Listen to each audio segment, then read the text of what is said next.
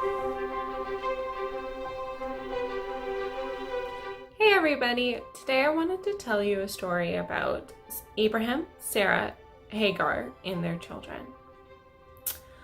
God made a promise to Abraham to turn him into a great nation, and when God made this promise, Abraham was really old. His wife Sarah was too old to have kids, and so she said to Abraham, "Here, have my servant and have a child through her." So Abraham and his wife's servant had a child, but his wife's servant wasn't very happy about it, and his wife's servant's name was Hagar.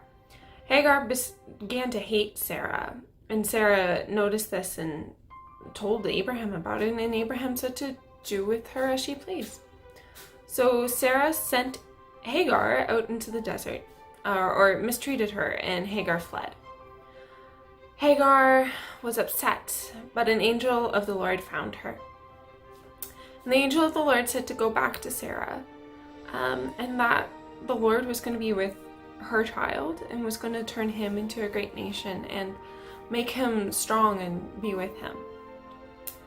So Hagar decided to go back, and she lived with Abraham and Sarah.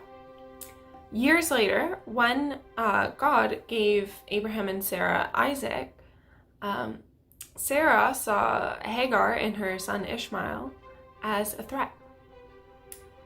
And she told Abraham to send them away. And Abraham was distressed because Ishmael was his son and he did love him. And he asked God what to do, and God said, "Send them away. Listen to your wife Sarah. I have plans for them. Don't worry." So Abraham sent them away with some water and some food. And Hagar, they went out into the desert, Hagar and Ishmael. Now, a time came when they ran out of food and water, and Hagar laid her son in a bush and went away so that she wouldn't have to watch her son die.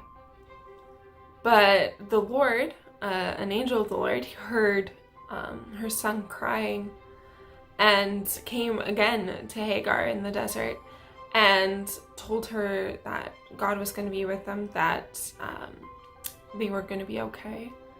And the Lord showed her a well full of water, and she was able to get water for her and her son, and they grew up in that land. And Ishmael became an archer, and he also became into a great nation as time went on.